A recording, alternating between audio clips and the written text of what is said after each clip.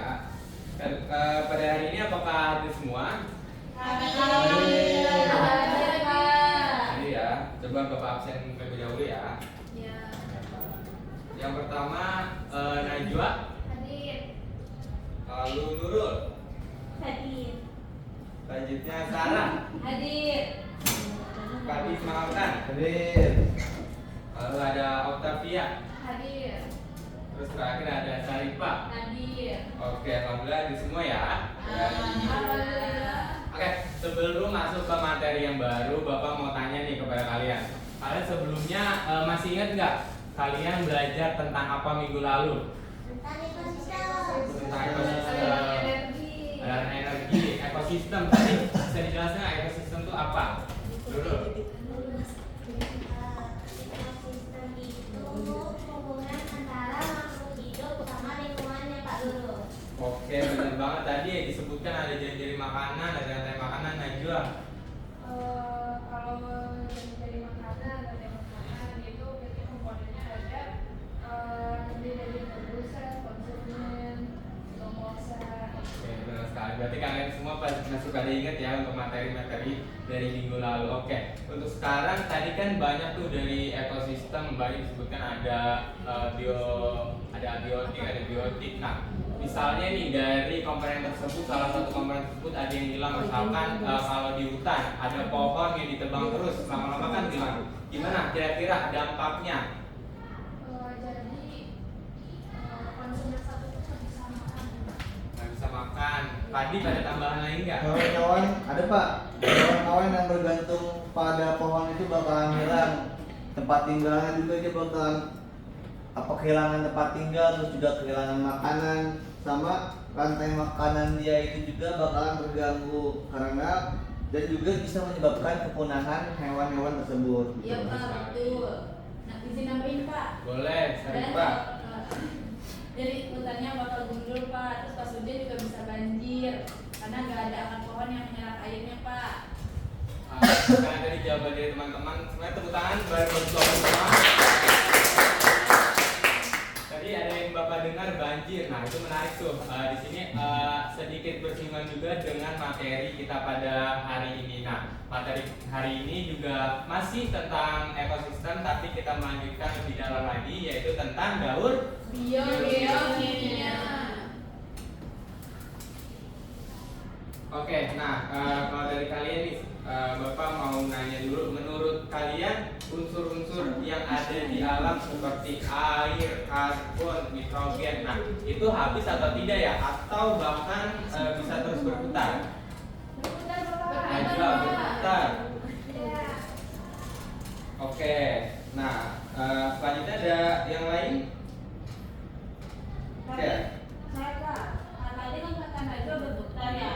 Tapi kalau misalnya manusia terus-terusan pakai air, pakai sumber daya, apa nggak habis, Pak? Nah, dari tadi jawaban-jawaban tadi kita simpan terlebih dahulu. Kita akan masuk untuk ke materinya untuk kita bahas lebih dalam. Oke, baik. Sebelum itu, mari Bapak bacakan terlebih dahulu tujuan pembelajaran hari ini. Yang pertama itu peserta didik dapat mengidentifikasi jenis-jenis daur biokimia dan tahapannya. Yang kedua, peserta didik diharapkan mampu menganalisis peran ekosistem biotik maupun abiotik dalam setiap daur. Dan yang ketiga yaitu menyelesaikan masalah lingkungan yang nyata berkaitan dengan gangguan dari daur biokimia. Oke, nah sekarang ada di sini 3 gambar. Nah, yang pertama gambar apa ini? Banjir. Banjir. Nah, di sini Bapak mau tanya nih, menurut kalian nih dari mana asal air sebanyak ini dan kenapa hujan sampai membuat banjir seperti ini? Karena ulah manusia. Ada lagi? Tersumbat karena sampah, Pak. Karena sampah. Oke. Bagaimana kalau yang gambar yang kedua? Ini apa nih? Gambar apa? Itu kutub mencair. Sekarang kutub itu tahun ke tahun lama-lama itu mencair. Nah, menurut kalian ada yang tahu nggak penyebabnya kenapa? Pemanasan global. Pemanasan global. Oke, selanjutnya di gambar yang ketiga. Ikan pada mati. Ikan pada mati. Ikan Ya. Nah, kenapa? Kok bisa yang menyebabkan hal ini ikan bisa mati seperti ini? Oh, air Limbah berasal dari Karena pencemaran limbah ya, pencemaran lingkungan. Oke, jawaban kalian tadi sangat-sangat beragam ya. Ya. Oke, sebelum itu Bapak sekarang mau buatkan kalian kelompok terdiri dari dua orang. Mau dipilih atau sendiri? Sendiri. Oke, kalau gitu kalian bisa duduk sesuai kelompoknya. Di mana kelompok 1 sudah dapat ya. Kelompok 2 sudah? Sudah. Kelompok 3? Sudah. Oke. Nah, selanjutnya kalian bisa scan untuk LKPD kelompok kalian. Di sana ada beberapa LKPD. Kalian ngerjainnya yang sesuai dengan kelompok kalian. Karena di situ kalian akan diberi satu jenis dalam geokimia yang harus kalian diskusikan bersama teman-teman kalian. Baik, Pak. Oke, apakah bisa linknya di scan? Oke, sesuaikan dulu untuk tempat duduknya.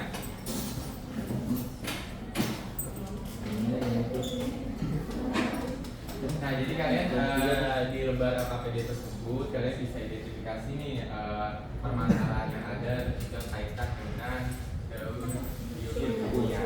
Oh, kita udah dulu sih. Gimana Sarah? Bisa? Pak, Gimana? diskusi dulu, Pak. Oke. Pak Dik dengan Sarifah, apakah bisa?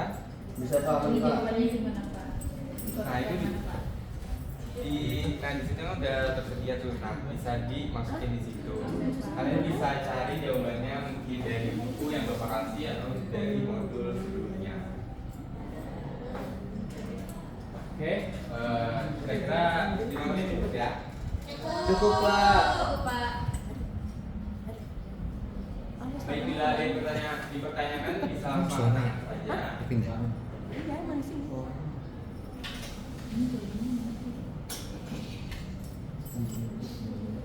Oke, untuk link pengumpulannya ada di Google Drive yang ada di sini, bisa kalian scan aja juga. Nanti kalian kumpulkan di Drive situ. Oke, gimana? Kelompok 1 udah sampai mana? Apa sudah selesai? Sedikit lagi, Pak. Oke. Pak. Sudah kelompok 2. Sedikit lagi, Pak. Semenit lagi, Pak. Menit lagi, baik. Nah, nanti setelah kalian menjawab, Bapak nanti mau kalian untuk mempresentasikannya per kelompok ya. Jadi Oke Pak. diskusi kalian ini bisa dipelajari juga oleh teman kelompok lain. Jadi semuanya bisa mengerti gitu.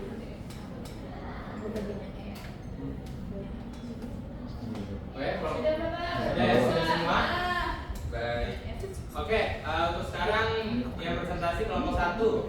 Siapa kelompok 1 angkat tangan? Oke. Kalian bisa presentasi ya.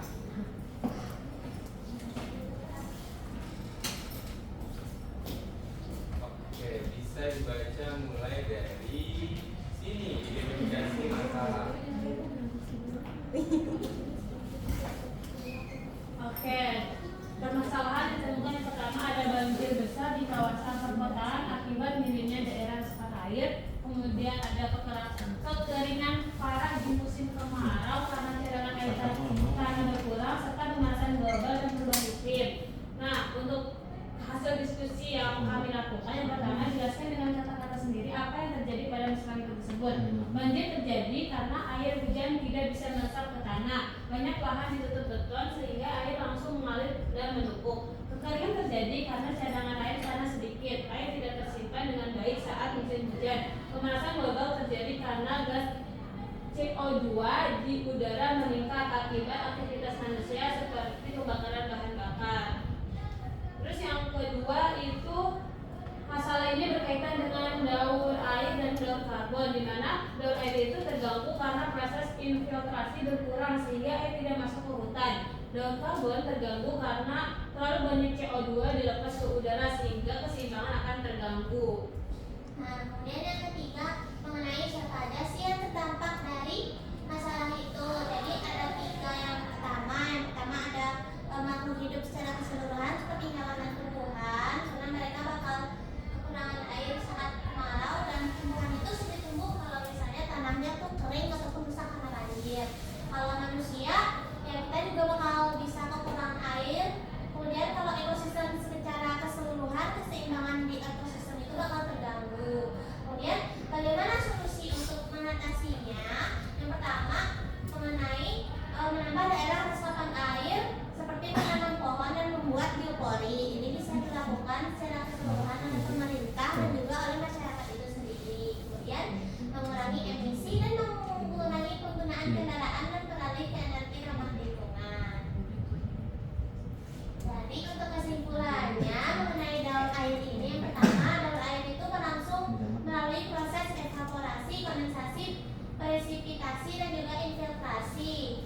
Kalau daur karbon terganggu terutama karena pembakaran bahan bakar ataupun aktivitas industri oleh manusia, dan dampak dari kedua ini adalah banjir, kekeringan, perubahan iklim. Serta solusinya kita perlu untuk menjaga lingkungan dengan menanam pohon, menjaga air, dan mengurangi polusi udara. Oke, terima kasih kelompok 1. Oke, bisa duduk kembali. Dilanjutkan oleh kelompok 2.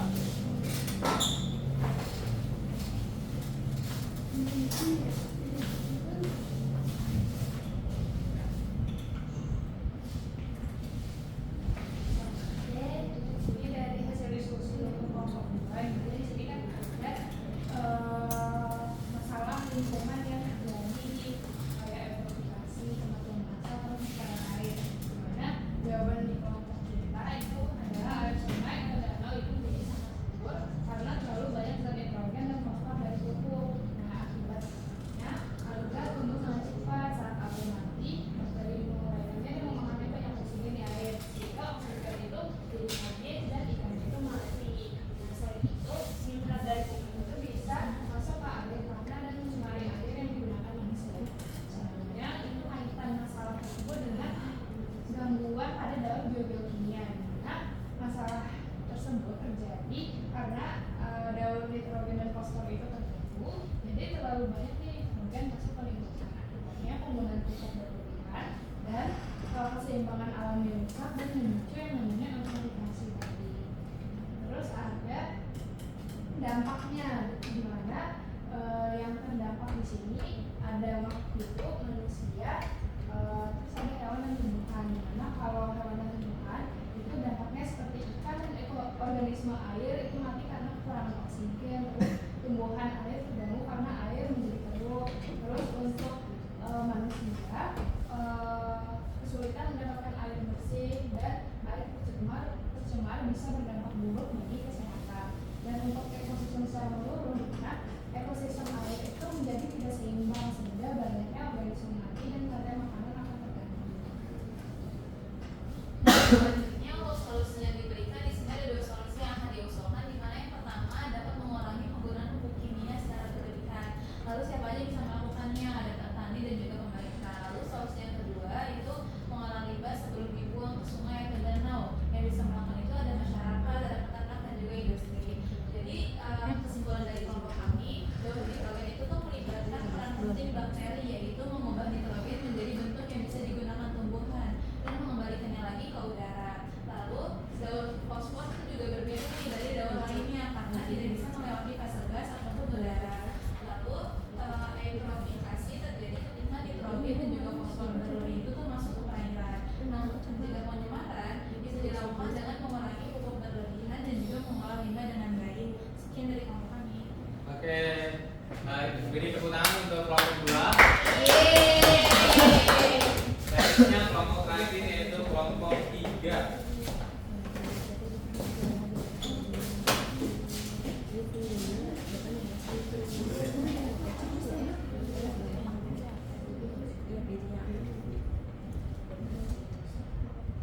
Oke, baik, bisa dibacakan. Baik, setelah didiskusikan dan mengadakan rapat pada ini Pak, jadi hasilnya itu permasalahan lingkungan yang dimana Hujan asam terjadi karena gas dan dari pabrik dan pembakaran bahan bakar naik ke udara. Udara jadi kotor karena banyaknya sumber dari kendaraan. Hujan asam yang terus terjadi bisa merusak tanah, air, tumbuhan, dan juga bangunan. Jadi dengan jawabannya itu gas dari pabrik, kendaraan, dan gunung berapi naik ke udara. Gas ini bercampur dengan air di udara lalu menjadi asam. Saat turun sebagai hujan, air menjadi asam. Hujan ini bisa merusak tanah, air, tumbuhan, dan bangunan. Kemudian kaitannya dengan gangguan pada daur geokimia ini, yaitu masalah ini terjadi karena daur sulfur terganggu. Terlalu banyak gas sulfur dilepas ke udara oleh aktivitas manusia. Akibatnya keseimbangan sulfur di alam tidak normal dan terbentuklah hujan asam. Lalu di sini ada hasil dampak. Nah, dampak dari permasalahan ini itu yang pertama yang terdampak pada makhluk hidup itu tumbuhan yang besar dan sulit tumbuh. Hewan kehilangan sumber makanan dan lalu manusia ini terkena dampak bahan kotor, bangunan juga bisa rusak karena hujan asam. Lalu ekosistem secara keseluruhan, jadi lingkungan ini jadi rusak, tanah dan air tercemar sehingga keseimbangan ekosistem itu terganggu. Lalu di sini ada solusi yang diusulkan. Nah, mengurangi emisi gas dari pabrik dan kendaraan. Siapa yang bisa melakukannya? Yaitu dari pemerintah, industri, dan masyarakat. Menggunakan energi yang lebih ramah lingkungan dan menanam pohon itu yang melakukannya tentunya kita semua pihak. Lalu ada kesimpulan waktu yang pertama dosen ini melibatkan sumber alami dari gunung berapi dan sumber buatan manusia dari aktivitas industri dan kendaraan. Lalu yang kedua itu ada hujan asam terbentuk ketika gas sulfur ini bereaksi dengan air di atmosfer. Lalu yang ketiga ini dampak utama hujan asam terhadap ekosistem adalah kerusakan tanah, air, dan makhluk hidup. Lalu yang keempat, solusi untuk mengurangi gangguan sulfur antara lain mengurangi polusi dan menjaga lingkungan. Baik, untuk kelompok 3 kita beri tepuk tangan terlebih dahulu.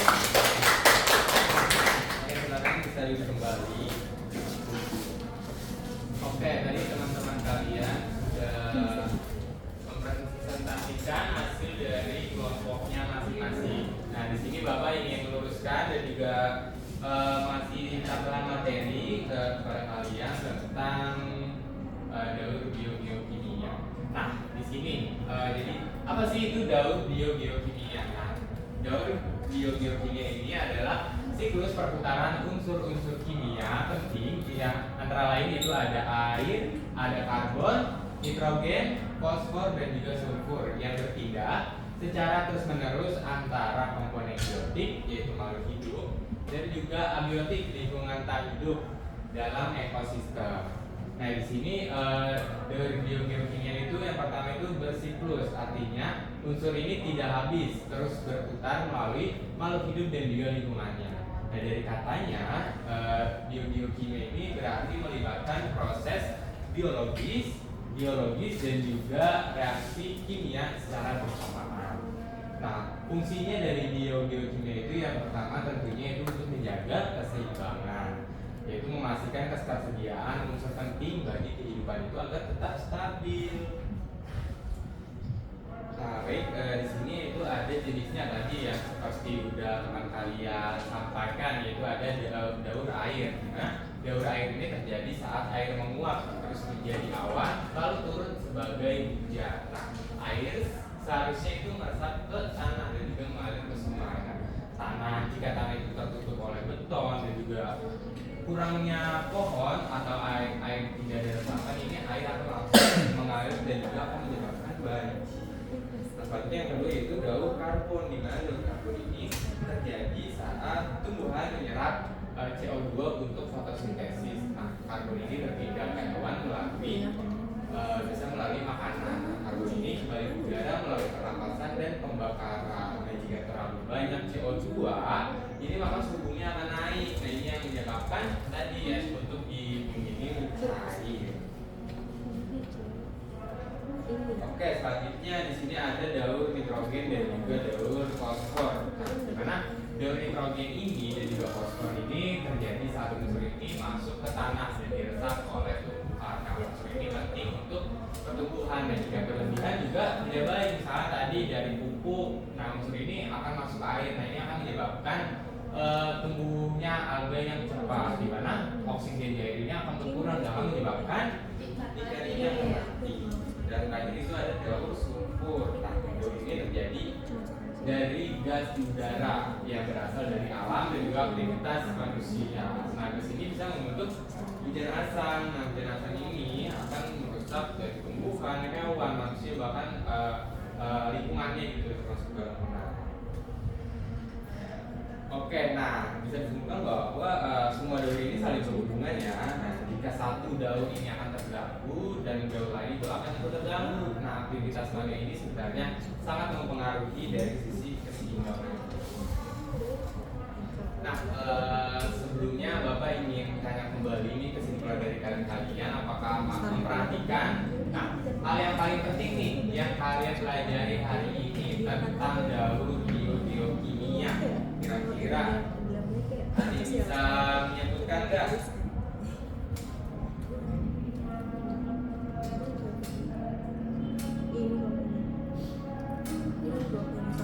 Nah, tadi kalau yang penting itu ya tadi daur biokimia ini adalah perbedaan apa? Unsurnya tadi ada apa aja? Sulfur, Ada air, nitrogen, karbon. Nah, kalau daur ini terganggu, itu akan apa? Menyebabkan apa? Tadi contohnya banjir. Terus Pemanasan global. pemanasan global. Betul banget. Nah, kembali ke yang gambar yang tadi nih. Dari teman-teman tadi yang menjawab pertanyaan gambar nomor 1 siapa? Saya. Nah, kira-kira dari pernyataan kamu di awal dan di akhir, kira-kira ada yang mau ditambahkan nggak? Hipotesis yang awal itu tuh belum lengkap karena ternyata setelah dilakukan diskusi itu hal ini tuh berkaitan dengan daur air, di mana air itu tidak masuk ke dalam tanah karena permukaannya itu tertutup beton dan kurangnya tumbuhan. Jadi air itu langsung mengalir dan menyebabkan banjir seperti di gambar tersebut. Betul banget. Jadi hipotesisnya semakin lengkap ya setelah mempelajari yang tadi. Selanjutnya yang gambar yang kedua. Nah, juga silakan. Gambar itu bisa air karena awalnya kan saya bilang itu karena pemanasan global ya sebenarnya ditutup itu bisa air. Nah, setelah kita pelajari lagi saya paham itu berkaitan dengan daur karbon yang tadi disebutkan, dimana gas CO2 dari kendaraan atau dari pabrik itu membuat suhu bumi itu naik sehingga gas itu mencair. Jadi hipotesis saya benar terkait hipotesis yang di awal. Oke, benar banget. Yang terakhir nih yang mengenai ikan yang mati. Saya Pak. Oke, silakan Sarah. Awalnya itu saya mau menduga kalau misalnya ikan mati itu karena adanya limbah di air. Nah, setelah tadi saya berdiskusi dengan teman saya, jadi saya tahu jelas bahwa itu karena eutrofikasi seperti zat nitrogen dan fosfor dari pupuk membuat alga tumbuhan cepat, membuat alga tumbuh cepat. Saat alga mati, oksigen di air itu berkurang, jadi kan akan mati. Jadi dugaan awal saya benar Pak, tapi sekarang lebih rinci. Oke, berarti dari yang tadi awalnya mungkin menduga-duga, jadi tambah paham dan bahkan bisa lebih mendetailkan kenapa penyebab yang terjadi dari ketiga gambar yang ada di depan ini. Oke, selanjutnya kita ke pertanyaan awal tadi. Nah, menurutmu unsur-unsur yang ada di alam tadi seperti air, karbon, dan nitrogen itu habis atau tidak ya? Atau justru malah adanya terus berputar gitu? Kalau tidak habis ya, kalau tadi menurut daur biokimia. Nah, tapi kalau daur biokimia ini terdapat masalah, terdapat gangguan dari manusia sendiri, ini tentu ada kemungkinannya untuk unsur-unsur yang ada di sini ini akan hilang. Contohnya seperti air aja, kadang ada beberapa daerah yang krisis, itu kemarau. Oke. Nah, selanjutnya di sini Bapak ingin tanya kepada kalian nih. Nah, bagaimana kalian setelah belajar dengan cara seperti ini tadi, mulai dari gambar, diskusi kelompok, dan presentasi? Serupa. Oke, seru. Nah, selanjutnya di sini Bapak untuk meningkatkan pemahaman kalian setelah tadi berdiskusi dan juga presentasi, kalian bisa scan untuk soal latihan evaluasi ini. Kira-kira bisa di scan? Bisa. Coba. Mungkin Bapak kasih waktu 1 menit aja cukup ya. Coba. Oke, silakan di scan terlebih dahulu. Di sana ada 5 soal mengenai materi geologi.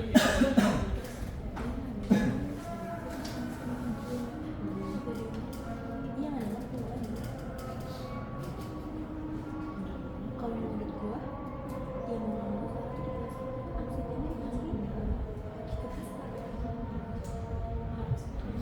Baik, semuanya sudah disubmit. Oke, ada beberapa jawaban kalian yang benar dan juga ada beberapa juga yang masih perlu belajar lagi nih. Mungkin kalian bisa tingkatkan lagi belajarnya atau bisa tanya ke teman kalian nih yang dapat nilainya bagus. Baik, Pak. Oke, yang terakhir ini ada ayat tentang lingkungan yang tadi kita bahas. Mungkin tadi bisa dibacakan terlebih dahulu. Bismillahirrahmanirrahim. Wala tusidu fil ardi ba'da islahiha wad'uhu khawfan wa tama'an. Inna rahmatallahi qaribun minal muhsinin. Artinya, dan janganlah kamu berbuat kerusakan di bumi setelah diciptakan dengan baik. Berdoalah kepadanya dengan rasa takut dan penuh harap. Sesungguhnya rahmat Allah sangatlah dekat kepada orang yang berbuat kebaikan. Oke, baik. Jadi di sini sudah diingatkan juga di dalam Al-Quran bahwa janganlah kita untuk berbuat kerusakan di bumi. Karena di bumi ini sesungguhnya sudah diciptakan sudah sangat sempurna ya. Nah, sesungguhnya juga Allah sangat menyukai oleh orang-orang yang berbuat kebaikan, contohnya dengan menjaga lingkungan sekitar. Seperti misalnya mungkin hal kecil membuang sampah pada tempatnya seperti itu. Oke, mungkin sampai di sini kalian tadi udah belajar mengenai materi ekologi, ekosistem. Nah, selanjutnya mungkin di pertemuan selanjutnya kita karena sudah selesai pembelajaran, kita akan mengadakan ujian. Nah, jadi kalian bisa belajar lagi mengenai materi-materi sebelumnya dipelajari kembali di rumah dari KKPD-nya, terus dari pegangan buku yang sudah diberikan. Oke, mungkin sekian. Sebelum itu mungkin ketua kelas bisa dipimpin untuk doanya. Oke, baik teman-teman, mari kita tutup pertemuan pada kali ini dengan membaca doa kafaratul majelis.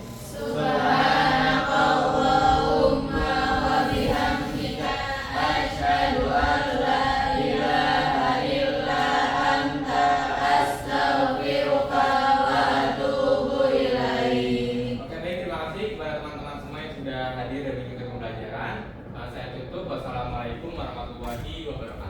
Waalaikumsalam.